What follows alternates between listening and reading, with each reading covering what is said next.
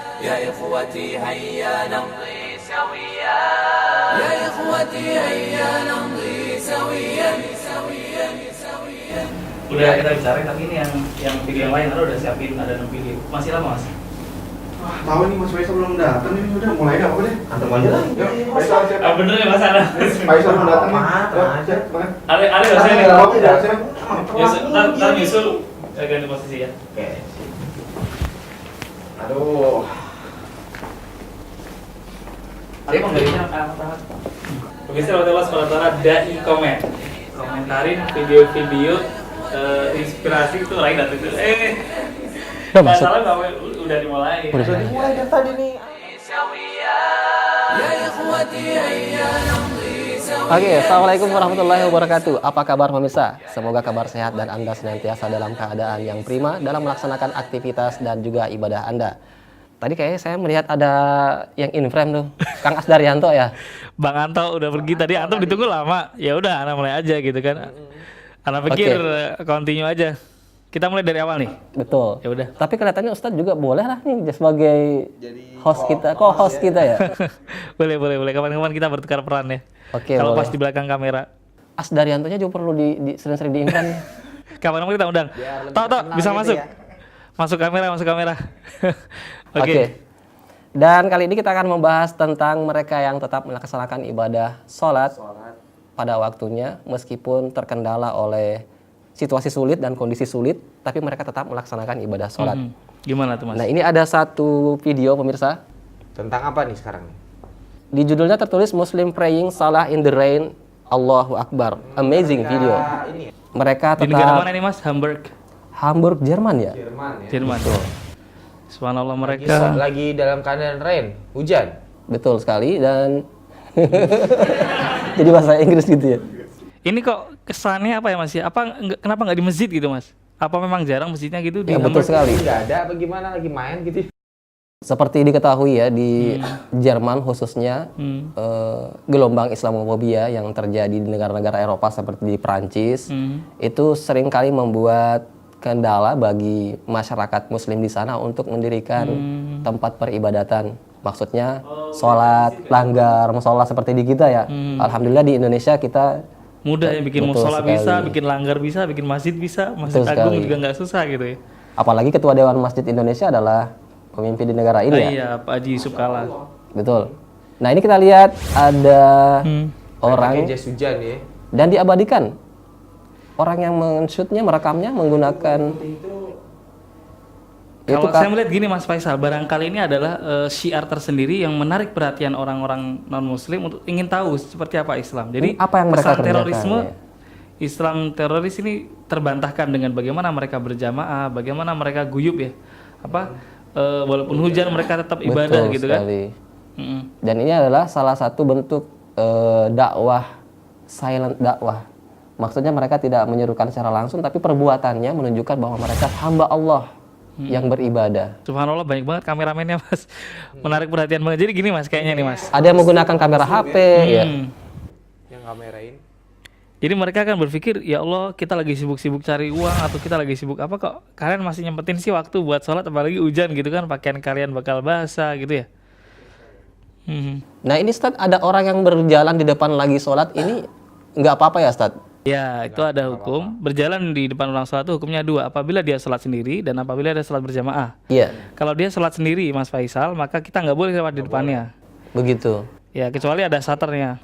Ya, Ana sempat melihat ini Ustadz, kalau di Masjidil Haram kadang-kadang stock shotnya itu menunjukkan orang yang tetap berjalan di hadapan orang yang sedang sholat.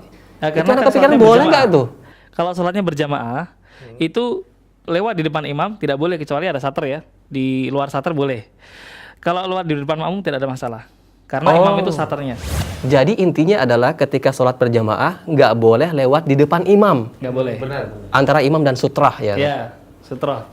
Kalau antara sholat yang sendiri, Berbeda kalau sholatnya sendiri nggak boleh dilewatin. Nggak boleh. Tapi kalau lihat dari gambarnya kemungkinan mereka non muslim, jadi mungkin sangat dimungkinkan dia tidak tahu hukumnya sehingga dia lewat-lewat gitu kan.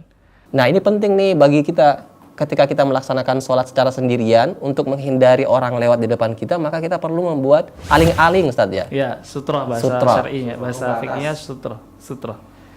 Oke, baik. Nah, selanjutnya nih Ustaz. Kita mau menkomentarin video berikut ini, tapi berbahasa Arab nih Ustaz.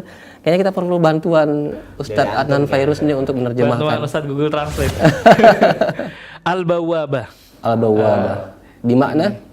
Bawabah ini gerbang. Subhanallah, orang sholat di atas perahu. Masya Ya, kalau kita lihat kalau kita lihat Oh. keterangan gambarnya ini adalah seorang nelayan yang lagi cari ikan, Ya. sambil nungguin jalaknya berisi ikan, dia sholat di atas perahu. Subhanallah. Masya Allah.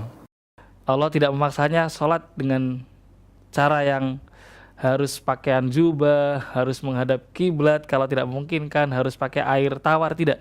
Agama Islam ini mudah, Mas. Kalau di situ kelihatan air kan jarang tuh, kan nggak ada kamar mandi. Betul. Wudhunya pakai air laut, Mas. bisa Iya, ya? air laut bisa.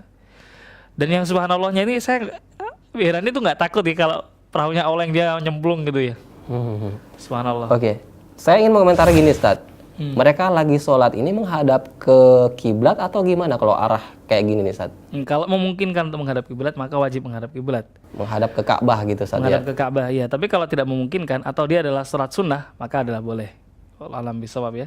Masya Allah. Ini kelihatannya kayaknya anak-anaknya deh Ustaz ya? Sepertinya putra-putranya, dan kalau masih memungkinkan dalam arti tahu mana kiblatnya maka dia sekuat mungkin berusaha menghadap kiblat. Tapi kalau tidak tahu, Kalau kendaraan yang bergerak gitu kayak mobil itu, ketika dia duduk ya udah sholat aja, menghadap kemana dia menghadap, karena kiblatnya itu berkelok-kelok, bolak-balik.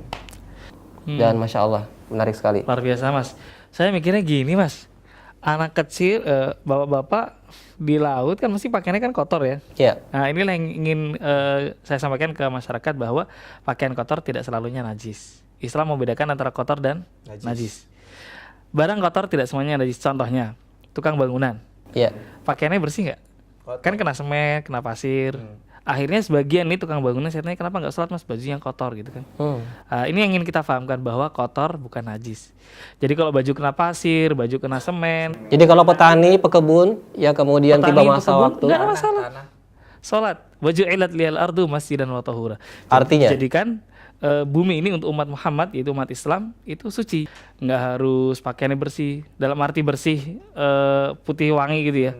Jadi pakaian kena semen, kena tanah, kemudian kena debu, masih berkeringat, belum mandi 3 hari pun nggak ada masalah. Sang petani di tempat-tempat samping-samping padi berarti bisa itu ya?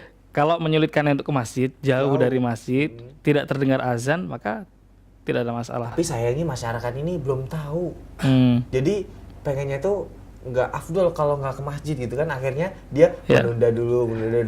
Ya, jangan menjadi alasan untuk masjid jauh akhirnya tidak sholat. Pakaian kena tanah sawah, it's okay. Allah tidak melihat pakaian Anda ini kotor, yang penting tidak ada najis.